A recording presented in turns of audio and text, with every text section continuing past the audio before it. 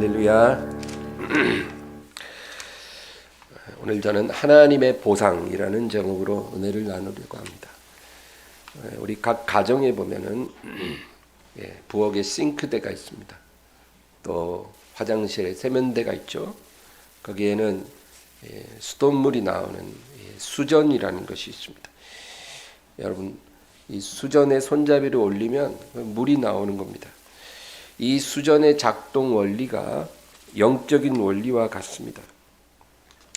상수원에 아무리 많은 물이 있어도 그것이 우리 가정에 공급되려면 수전을 통해서 물이 쏟아지는 것입니다.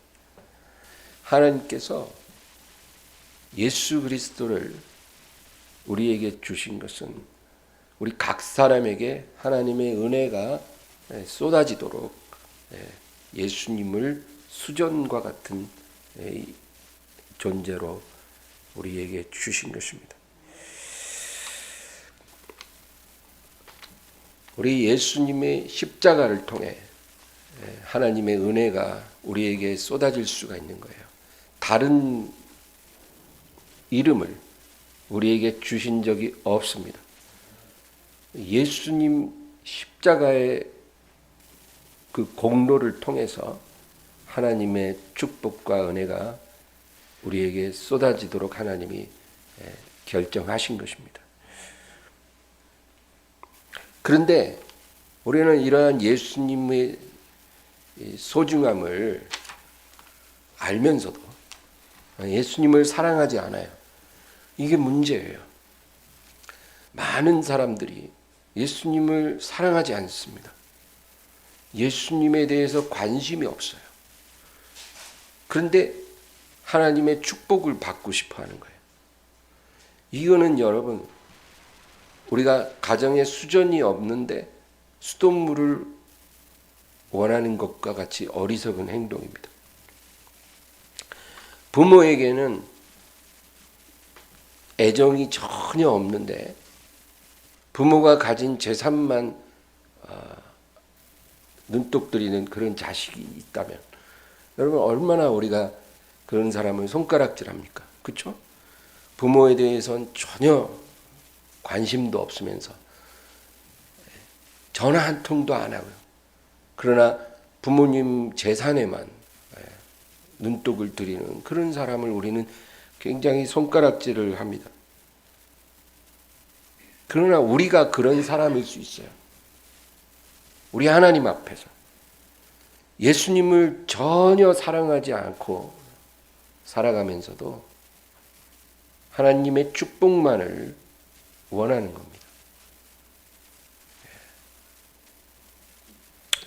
오늘 우리는 하나님의 축복을 우리가 구하기 전에 우리에게 정말 필요한 것이 무엇인지 살펴보려고 합니다.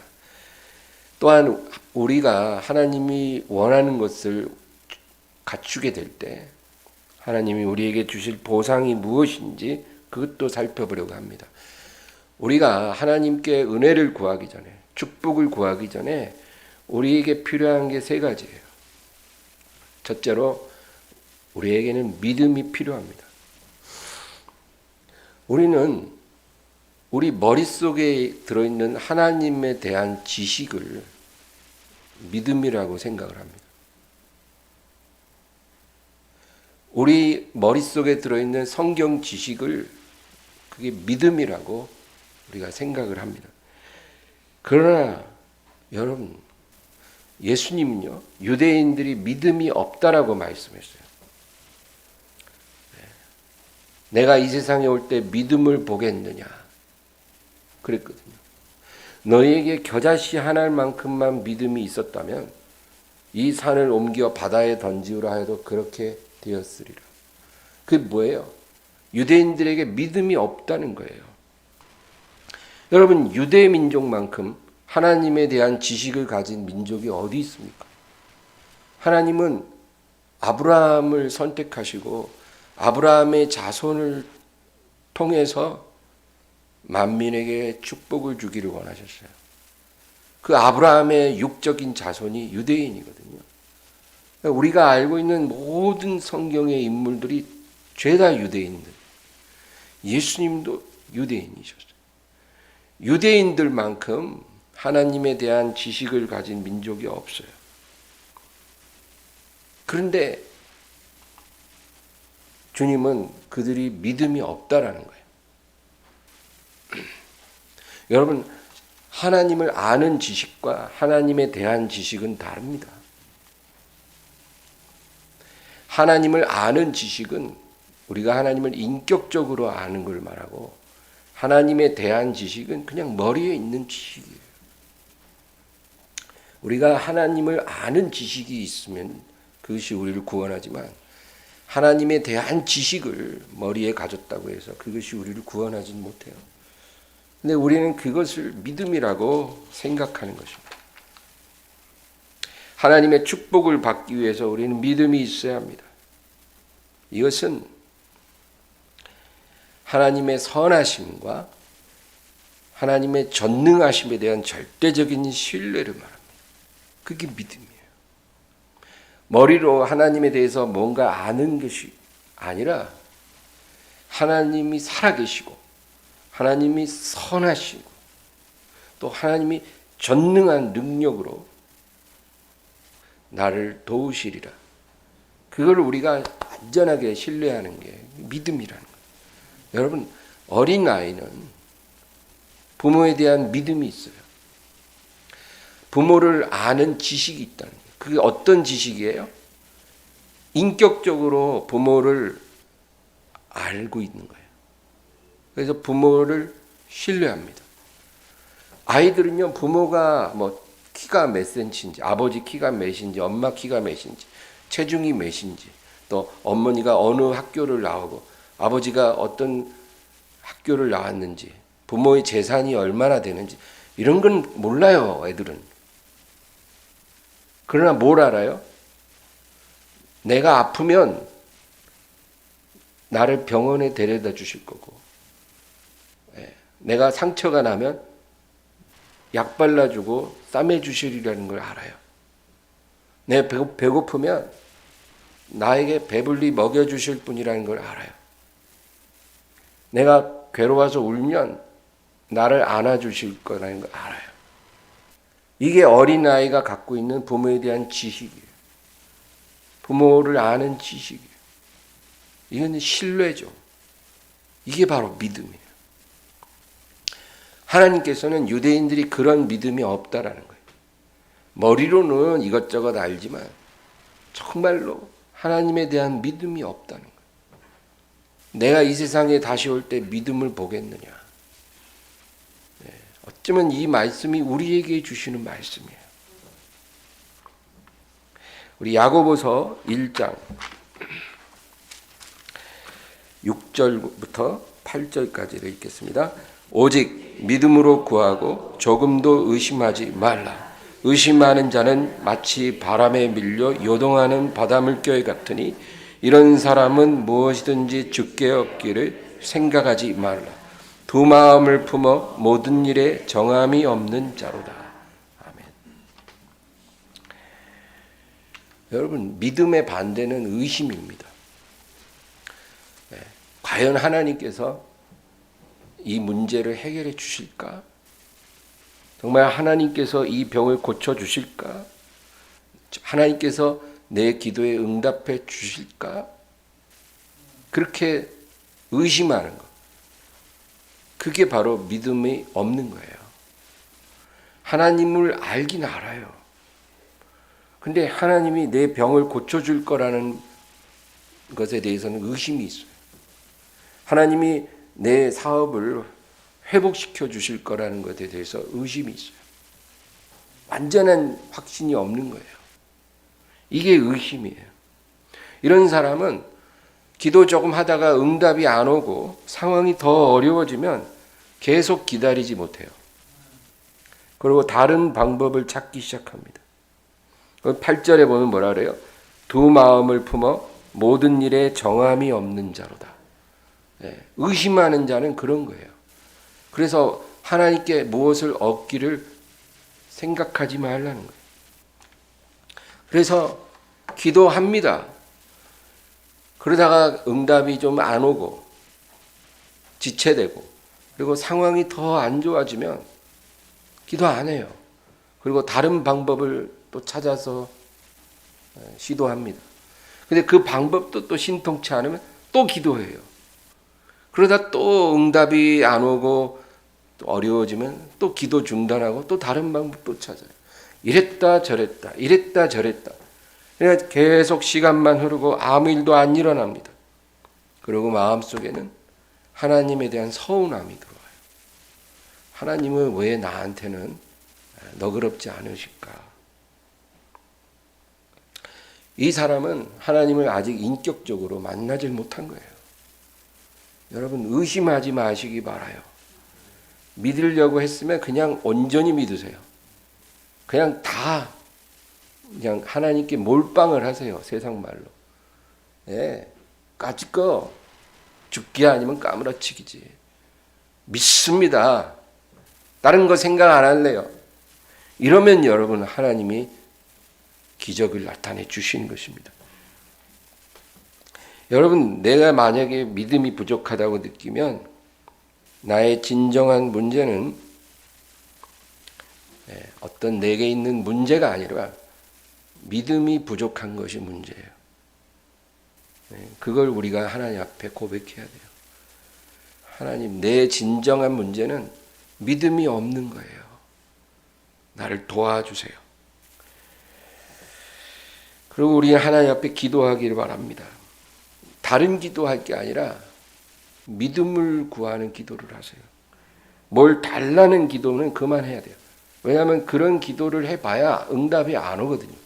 마음이 불안하고 이랬다 저랬다 하는 사람한테 그런 기도는 그냥 불안감만 더 키우는 거예요. 기도 끝나도 불안하고 해도 불안하고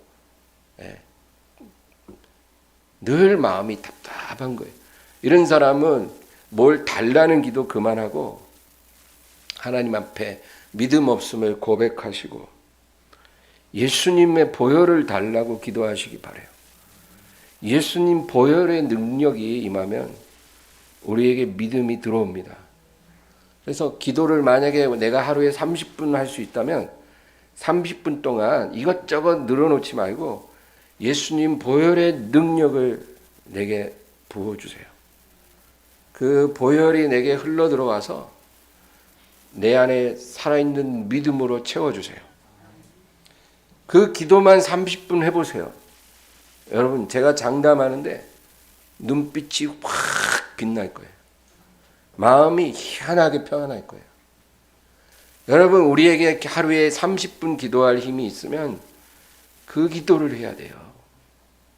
그러면 다 열립니다. 히브리서 9장 14절입니다. 하물며 영원하신 성령으로 말미암아 흠없는 자기를 하나님께 드린 그리스도의 피가 어찌 너희 양심을 죽은 행실에서 깨끗하게 하고 살아계신 하나님을 섬기게 하지 못하겠느냐. 예수의 피가 어찌 너희 양심을 죽은 행실에서 깨끗하게 하고 살아계신 하나님을 섬길 수 있게 하게 하지 못하겠느냐. 성경 말씀입니다. 예수의 피는 우리의 죽은 양심도 깨끗하게 합니다. 그리고 살아계신 하나님을 섬길 수 있는 믿음을 주시는 거예요. 이런 능력이 예수의 피에 있어요. 그래서 우리가 주의 보혈 능력이 있도다. 주의 피 믿으오. 이렇게 찬양하는 거예요. 그 피에 능력이 있으니까 그걸 믿어야 된다는 거예요. 그 보혈의 능력이 우리에게 부어지면 우리에게 없는 믿음이 들어오는 거예요. 믿음이 들어오면 하나님의 기적은 일어납니다. 그러니까 맨날 뭘 해달라고 기도하기 전에 그 기적을 불러올 수 있는 믿음을 우리가 먼저 하나님께 구해야 되는 거예요. 그러면 그 믿음은 어떻게 들어오냐? 예수님 보혈을 통해서 그 믿음이 들어오는 거예요. 그러니까 기도할 때마다 보혈을 선포하고 보혈이 내게 부어져서 내 안에 흐르게 해달라고 그렇게 계속 기도하시기를 주의 이름으로 축원합니다. 또한 믿음이 임할 때까지 아침 저녁으로 하나님 말씀 또한 묵상해야 합니다. 이것도 같이 가야 돼요. 기도할 때는 예수님의 보혈이 내게 흘러들어오게 해달라고 기도하시고, 그리고 아침 저녁으로 말씀을 묵상해야 돼요. 내 눈앞에서 말씀이 떠나지 않게 하고 그 말씀을 마음에 지키면 얻는 자에게 생명이 되고 온 육체의 건강이 되리라. 잠언서 4장 지난주에 했었죠. 다시 한번 읽겠습니다. 21, 22절입니다. 그것을 내 눈에서 떠나게 하지 말며 내 마음속에 지키라. 그것은 얻는 자에게 생명이 되며 그의 온 육체의 건강이 됨이니라. 그러므로 여러분, 이렇게 두 가지만 우리가 매일 지키면 믿음이 없는 사람도 믿음이 생겨요. 믿음은 내가 원한다고 생기는 게 아니에요. 내가 믿음을 가져야지 한다고 믿음이 생기는 게 아니에요. 우리가 예수님 보혈을 구하고 그리고 하나님 말씀을 주야로 묵상하면 그 기도와 말씀을 하는 통로를 통해서 성령께서 우리에게 믿음을 부어주시는 거예요. 그래야 믿음이 우리 안에 들어옵니다. 그 믿음이 있어야 문제가 해결이 돼요. 병도 낫고 저주도 끊어지고 가난도 떠나고 우리의 해결할 수 없는 일들이 해결이 되는 겁니다. 요한복음 11장 39절 40절 읽겠습니다. 예수께서 이르시되 돌을 옮겨 놓으라 하시니 그 죽은 자의 누이 마르다가 이르되 주여 죽은 지가 나흘이 되었음에 벌써 냄새가 나나이다. 예수께서 이르시되 내 말이 내가 믿으면 하나님의 영광을 보리라 하지 아니하였느냐 하시니. 아멘. 여러분 보세요. 내 말이 네가 믿으면 하나님의 영광을 보리라 하지 아니하였느냐. 예수님 마르다에게 뭐라 그래요? 내가 믿으면 하나님 영광을 보리라. 믿음이 필요하다는 거예요. 마르다가 예수님을 모르는 게 아니거든요. 예수님 알아요. 예수님 사랑해요. 근데 지금 마르다에게 필요한 게 뭐예요? 믿음. 예수님이 너에게 믿음이 있으면 하나님 영광을 보리라. 누가복음 8장 49, 50절 다 같이 읽습니다. 아직 말씀하실 때 회당장의 집에서 사람이 와서 말하되 당신의 딸이 죽었나이다. 선생님을 더 괴롭게 하지 마소서 하거늘 예수께서 들으시고 이르시되 두려워하지 말고 믿기만 하라. 그리하면 딸이 구원을 얻으리라 하시고. 아멘. 여기서도 예수님 회당장에게 뭐라 그래요? 두려워 말고 믿기만 하라. 그리하면 딸이 구원을 얻으리라. 죽은 나사로를 살리실 때도 마르다에게 내가 믿으면 하나님 영광을 보리라. 죽은 회당장 딸을 살리실 때도 회당장에게 두려워 말고 믿기만 하라. 그리하면 딸이 구원을 받으리라. 예수님 말씀 똑같아요. 믿음이 필요하다. 이 믿음은 예수님에 대하여 알고 예수님 앞에서 대화를 할 정도예요. 그 믿음이 아니에요. 그건 믿음이 아니에요. 기적을 불러오는 믿음은 하나님의 선물로 우리에게 부어지는 거예요. 그 선물을 받아들이시기를 바랍니다. 하나님은 이 선물을 인색하게 주시지 않고 원하는 자에게 풍성히 주기를 원하십니다. 마가복음 9장 17절에서 29절까지 읽겠습니다. 무리 중에 하나가 대답하되 선생님 말 못하게 귀신 들린 내 아들을 선생님께 데려왔나이다. 귀신이 어디서든지 그를 잡으면 거꾸러져 거품을 흘리며 이를 갈며 그리고 파리에 지는지라. 내가 선생님의 제자들에게 내쫓아 달라 하였으나 그들이 능히 하지 못하더이다. 대답하여 이르시되 믿음이 없는 세대여 내가 얼마나 너희와 함께 있으며 얼마나 너희에게 참으리요. 그를 내게로 데려오라 하시매 이에 데리고 오니 귀신이 예수를 보고 곧 그 아이로 심히 경련을 일으키게 하는지라 그가 땅에 엎드러져 구르며 거품을 흘리더라. 예수께서 그 아버지에게 물으시되 언제부터 이렇게 되었느냐 하시니 이르되 어릴 때부터니이다. 귀신이 그를 죽이려고 불과물에 자주 던졌나이다. 그러나 무엇을 하실 수 있거든 우리를 불쌍히 여기사 도와주옵소서. 예수께서 이르시되 할 수 있거든이 무슨 말이냐 믿는 자에게는 능히 하지 못할 일이 없느니라 하시니 곧 그 아이의 아버지가 소리를 질러 이르되 내가 믿나이다. 나의 믿음 없는 것을 도와주소서 하더라.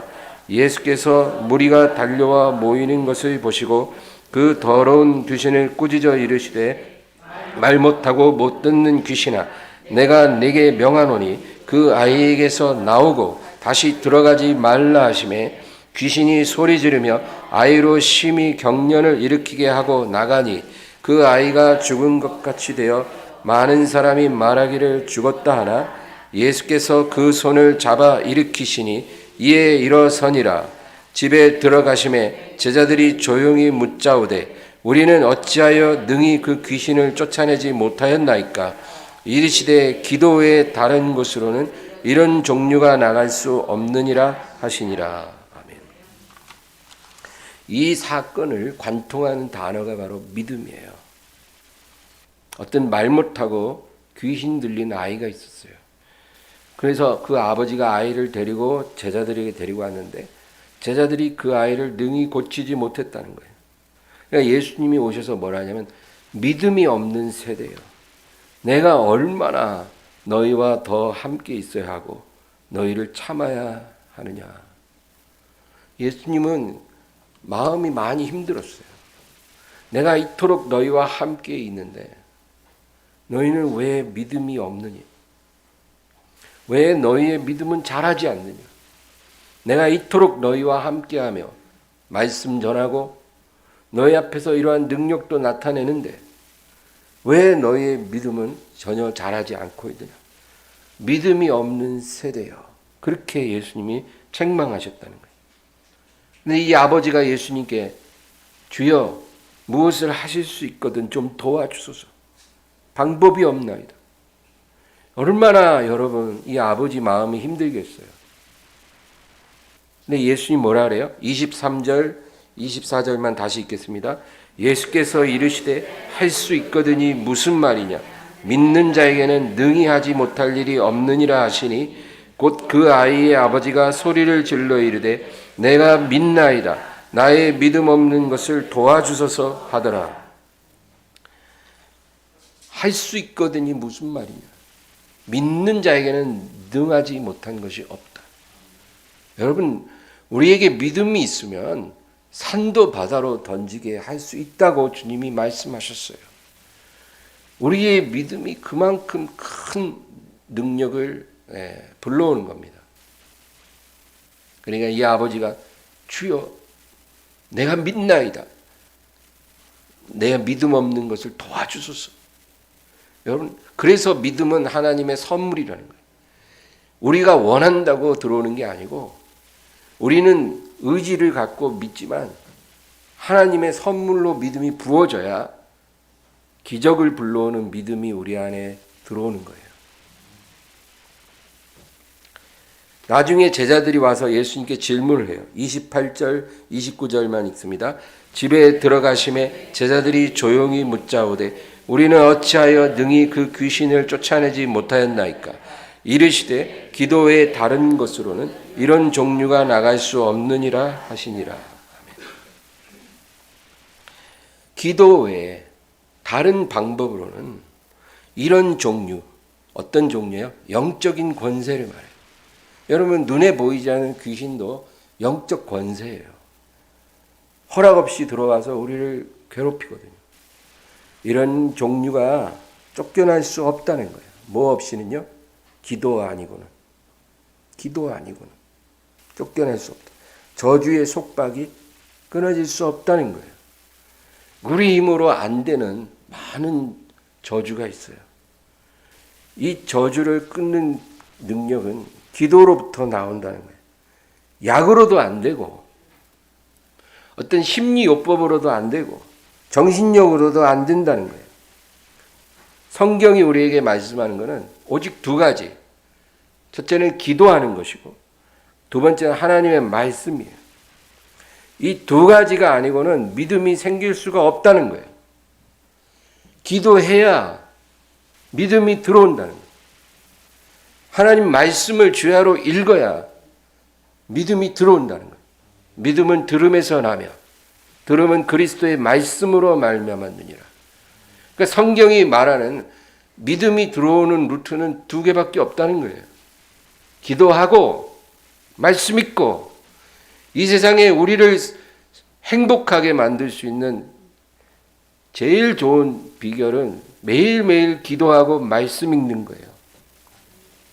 이 방법으로 믿음이 들어온다는 거예요. 그래서 그 믿음이 우리를 구원합니다. 믿음 없으면 어떤 영적인 권세도 우리는 쫓아낼 수 없어요.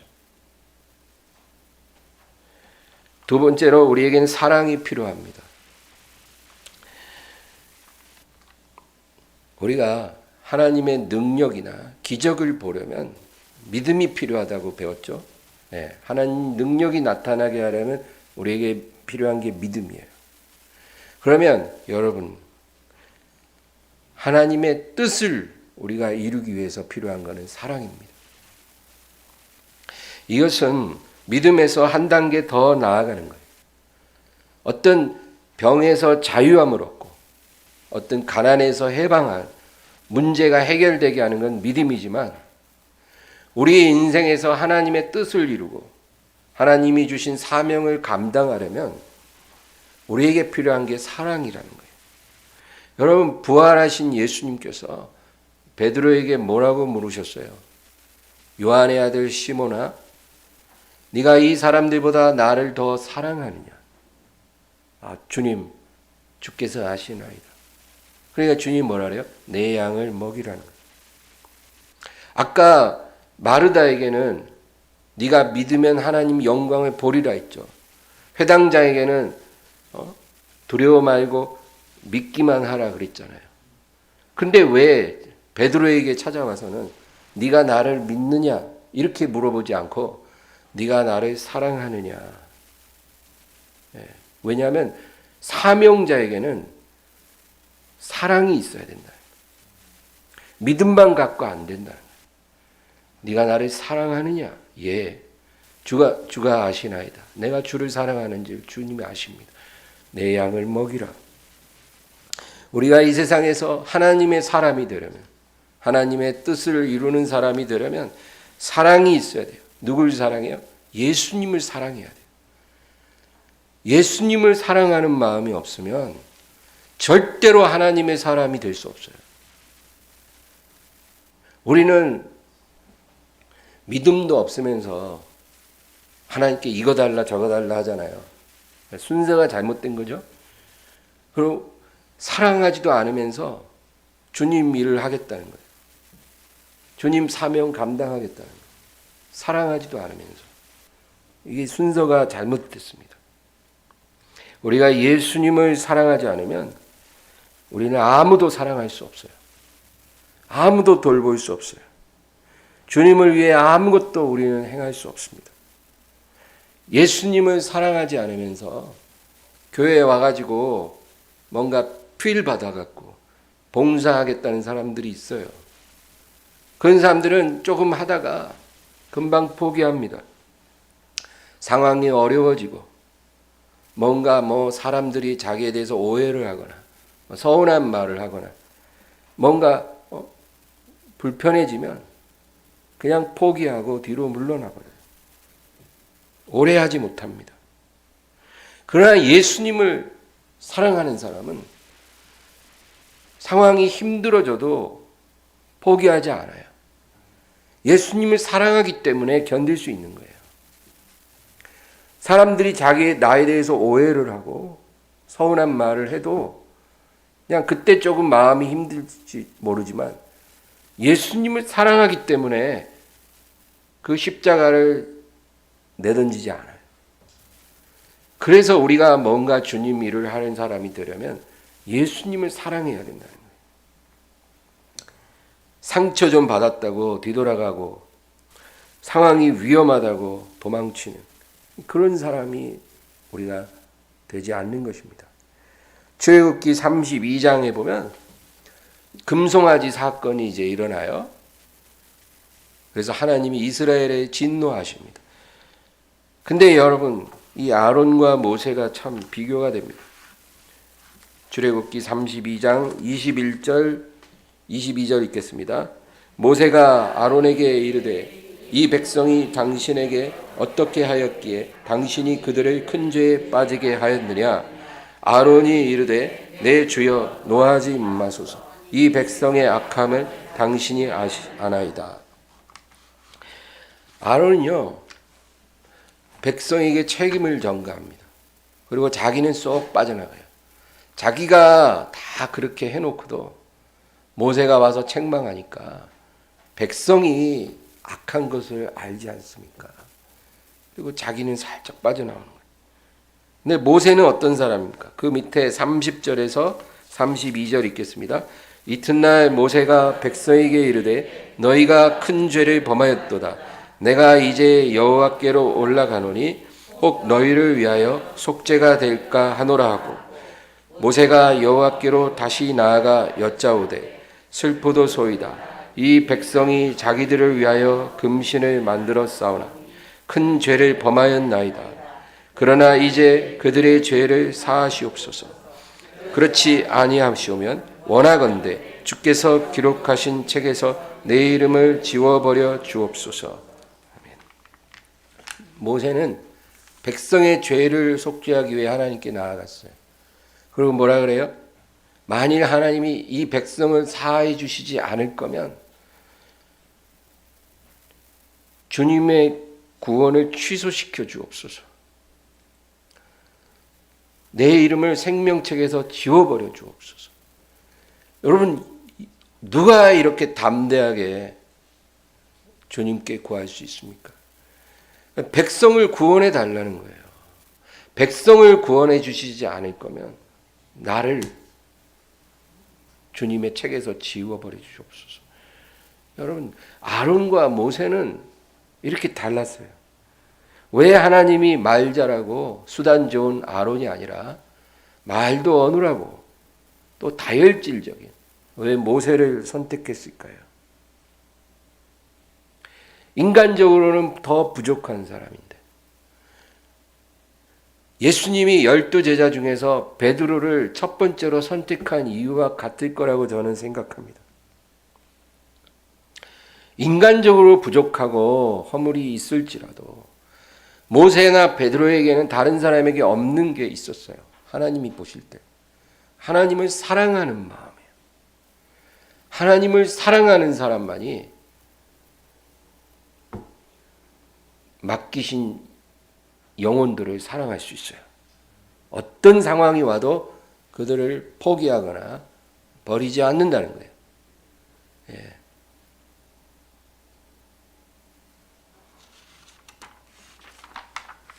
셋째로 우리에게 필요한 것은 소망이 필요합니다. 우리에게 믿음이 있으면 하나님의 능력을 나타낼 수 있죠. 우리에게 사랑이 있으면 하나님의 사명을 감당할 수 있어요. 그런데 왜 우리에게 소망이 또 필요할까요? 소망이란 무엇이냐? 우리가 장차 들어갈 하나님 나라예요. 우리가 장차 하나님으로부터 받게 될 하나님의 유업입니다.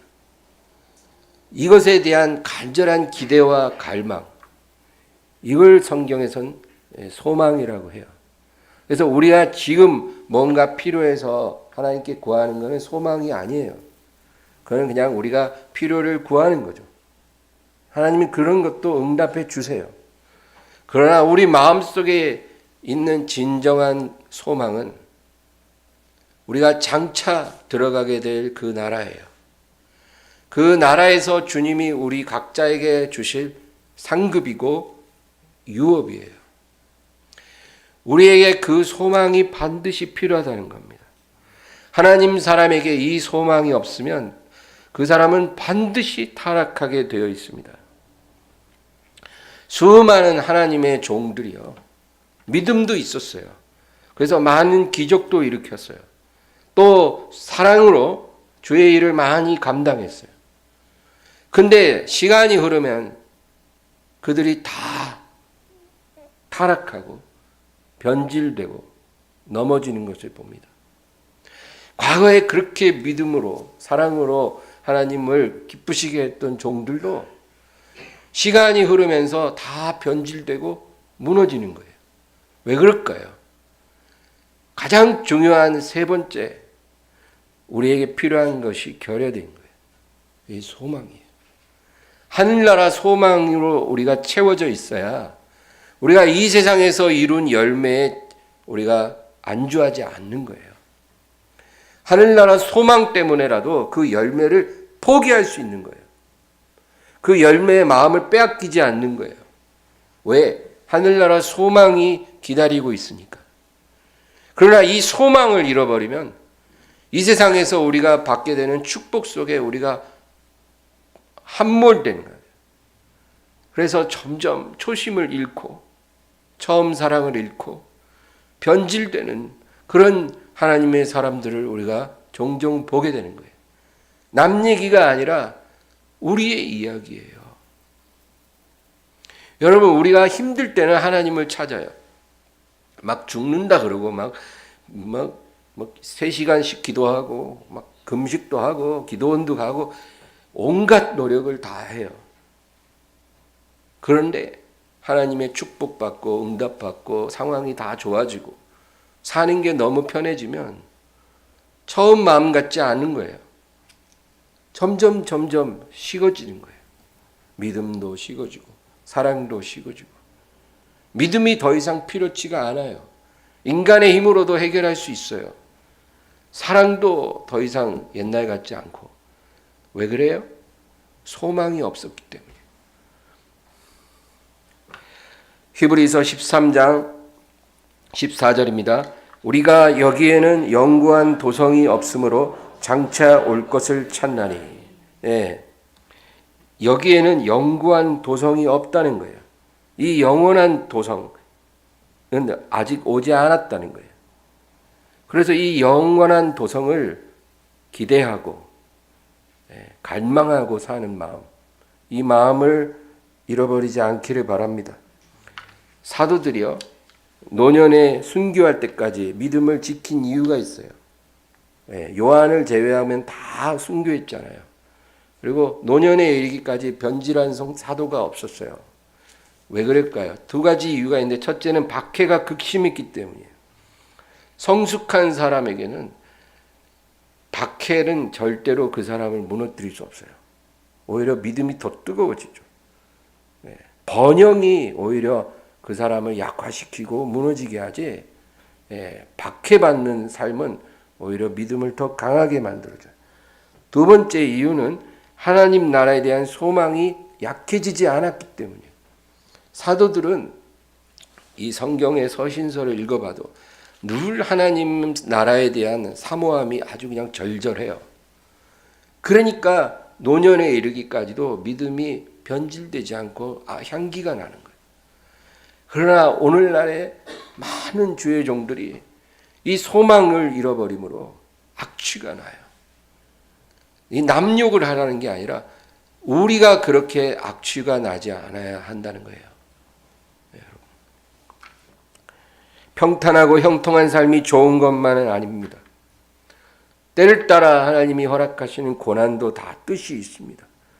그러므로 일부러 고난을 자초할 필요는 없어도 원치 않는 고난이 다가오면 너무 낙심하지 마세요. 너무 서운해하지 마세요. 하나님 뜻이 있어서 주는 거다. 그렇게 생각하고 인내하면 그 일로 인해서 더 좋은 일이 일어나는 것입니다. 그러므로 저는 이제 마지막으로 하나님이 우리에게 주시는 보상 3가지를 말씀드리고 마치려고 해요. 우리에게 필요한 3가지 믿음, 소망, 사랑이 준비가 되면 보상을 주시는데 첫째는 기쁨의 보상이에요. 하나님은 우리가 구하는 것들 중에 우리에게 해로운 것 빼고 다 주십니다. 믿습니까? 우리에게 해가 되는 건 안 주셔요. 그러나 그 외에는 우리가 구하는 걸 다 주셔서 우리로 하여금 기뻐하게 하십니다. 하나님은 우리가 기뻐하는 걸 원하세요. 우리에게 인색하시지 않아요. 우리가 믿음과 소망과 사랑 안에 거하면 하나님은 우리의 기쁨을 위해서 모든 걸 다 허락해 주십니다. 요엘서 2장 18, 19절입니다. 그때 여호와께서 자기 땅을 극진히 사랑하시어 그의 백성을 불쌍히 여기실 것이라. 여호와께서 그들에게 응답하여 이르시기를 내가 너희에게 곡식과 새 포도주와 기름을 주리니 너희가 이로 말미암아 흡족하리라. 내가 다시는 너희가 나라들 가운데서 욕을 당하지 않게 할 것이며 내가 너희에게 주는 곡식과 새 포도주와 기름으로 말미암아 어떻게 된다고요? 너희 마음이 흡족하리라. 할렐루야. 하나님은 이 세상에 속한 것도 흡족하도록 주기를 원하시는 거예요. 우리가 이 세상에서 비천해지거나 가난해지거나 질병으로 고통당하는 것을 결코 하나님은 기뻐하지 않습니다. 그럼 왜 그런 게 우리에게 오냐면 우리가 하나님께 순종하지 않기 때문이에요. 하나님이 원하는 것을 우리가 행하지 않기 때문이에요. 하나님이 요구하는 믿음까지 우리가 올라가지를 않으니까, 안 되는 게 아니라 안 하니까 하나님이 우리에게 비천함도 주고 질병도 주고 가난도 주고 우리를 낮추시는 거예요. 그걸 왜 하나님이 원하시겠어요? 우리가 하나님께 순종하게 하려고 그런 걸 주시지만 우리가 하나님 앞에 믿음과 사랑과 소망으로 살아가면 하나님이 이런 것이 아니라 곡식과 새 포도주와 기름을 우리에게 법족하게 주십니다. 여러분, 제가 15년 정도를 천식으로 고생을 하고 있어요. 지금까지. 제가 천식이 걸린 이유는 옥시 가습기 살균제를 제가 사용했거든요. 그러고 나서 천식이 생겼는데 저는 그게 원인인 줄 몰랐어요. 나중에 뉴스를 보고 천식이 발병한 때와 제가 그걸 사용한 때가 겹치더라고요. 그래서 그때 알았죠. 아, 그래서 왔구나. 어쨌든 제가 그걸로 지금까지 고생이 많아요. 숨을 편하게 쉬는 게 제 소원이에요. 그래서 제가 하나님께 기도를 안 했겠어요? 도와주세요. 고쳐주세요. 하나님 능력을 나타내 주세요. 근데 하나님이 안 고쳐주셔요. 그래서 제가 하나님께 물었어요. 왜 안 고쳐줍니까? 뭐가 부족합니까? 하나님이 저에게 뭐라고 말씀하시냐면 네가 내가 원하는 사람이 되면 고쳐질 것이다. 여러분, 제가 뭐 그렇다고 밖에 나가서 죄 짓고 사는 건 아니에요. 제가 뭐 고의로 하나님을 거역하는 건 없어요. 근데 하나님께서 저에게 그러시는 거예요. 그래서 제가 깨달았어요. 하나님이 원하시는 사람이 되어야 되는 거예요. 우리 각자에게는 기대치가 다 다르죠. 저도 하나님이 원하는 기대치에 못 미치니까 하나님이 그걸 통해서 저를 끌어당기는 거예요. 그래서 제가 감사하며 하나님께 달려가는 거예요. 그리고 하나님께서 약속하신 대로 고쳐주실 거를 저는 확실하게 믿어요. 여러분, 이런 선한 목적으로 우리에게 고난을 주십니다. 낙심하지 마세요. 그리고 하나님은 때가 되면 이 세상의 모든 풍성함을 우리에게 흡족하게 주신 것입니다. 두 번째로 주시는 보상은 믿음의 보상. 이거는 영적 보상입니다. 하나님은 우리에게 흔들리지 않는 믿음을 주십니다. 이게 엄청난 축복이에요. 시편 16편 8편을 읽겠습니다. 내가 여호와를 항상 내 앞에 모시며 그가 나의 오른쪽에 계심으로 내가 흔들리지 아니하리로다. 여러분, 우리가 하나님 앞에 나를 흔드는 원수가 다가오지 못하게 하소서. 나를 흔드는 자가 나를 떠나게 하소서. 이런 기도는 해봐야 소용이 없어요. 절대로 응답이 안 와요. 어떤 기도를 해야 돼요? 하나님, 원수가 흔들어도, 환경이 흔들어도 흔들리지 않는 믿음을 주소서. 이 기도를 하면 응답이 와요. 하나님은 이 축복을 우리에게 보상으로 주시는 것입니다. 상황이 문제가 아니에요, 여러분. 상황 따라 흔들리는 내가 문제죠. 흔들리지 마시기 바랍니다. 뒤로 물러가지 마세요. 그냥 앞만 보고 걸어가세요. 날씨가 더워도 앞만 보고 가고, 추워도 앞만 보고 가고, 비 내리고 바람 불어도 앞만 보고 가고, 발목이 아파도 앞만 보고 가고, 허리가 아파도 앞만 보고 가고, 머리가 아파도 앞만 보고 가고, 마음이 아파도 앞만 보고 가세요. 이거 생기면 물러나고, 저거 생기면 주저앉고. 언제 갈래요?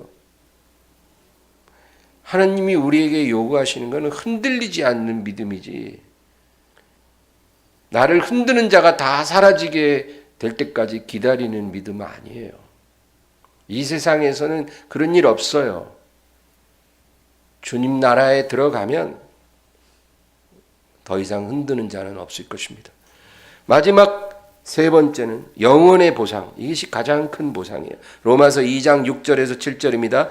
하나님께서 각 사람에게 그 행한 대로 보응하시되 참고 선을 행하여 영광과 존귀와 썩지 아니함을 구하는 자에게는 영생으로 하시고. 아멘. 하나님의 보상 중에 가장 큰 보상이 영생의 보상, 영혼의 보상입니다. 우리가 이 세상에서 기쁨의 보상, 믿음의 보상도 받지만 영생의 보상을 향해서 우리는 달려가야 되는 겁니다. 멈추지 마시기 바랍니다. 이 보상을 받는 날 우리의 다름질은 끝나는 거예요. 아직 우리에게 영생의 보상이 안 왔다면 여러분 달려가야 되는 거예요.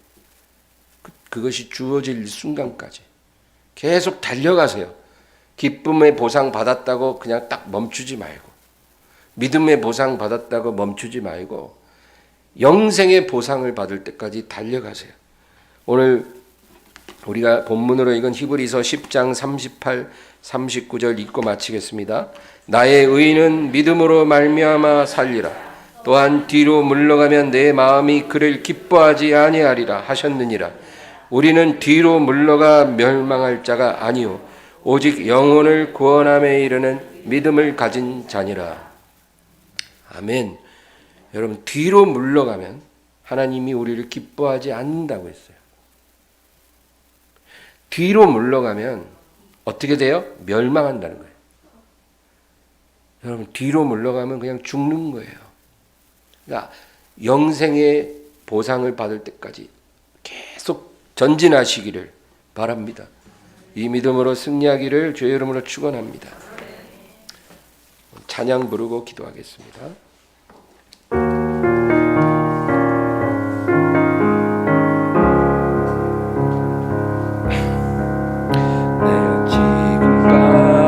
지내온 것은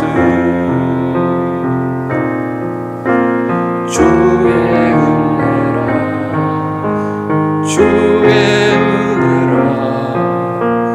지금까지 지내온 것은 주의 은혜라, 주의 은혜라. 지금까지 주의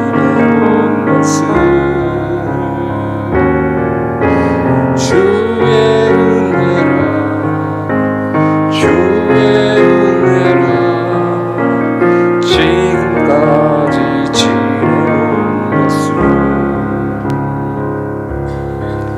내가 하나님의 자녀 된 것은 주의 은혜라, 주의 은혜라. 하나님의 자녀 된 것은 주의 은혜라,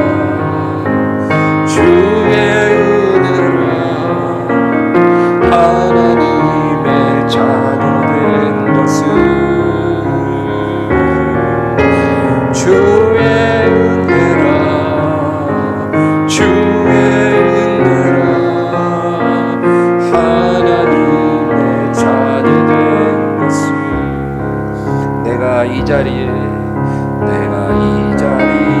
서 있는 것은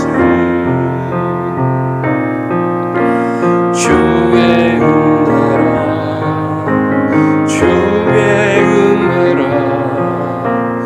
이 자리에 서 있는 것은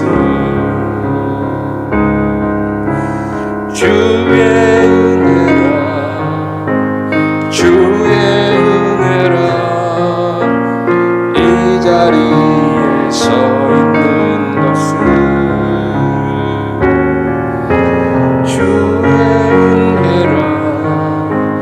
주의 은혜라 이 자리에 서 있는 것은 우리 1절만 한 번 더 하겠습니다. 내가 지금까지 지내온 것은 주의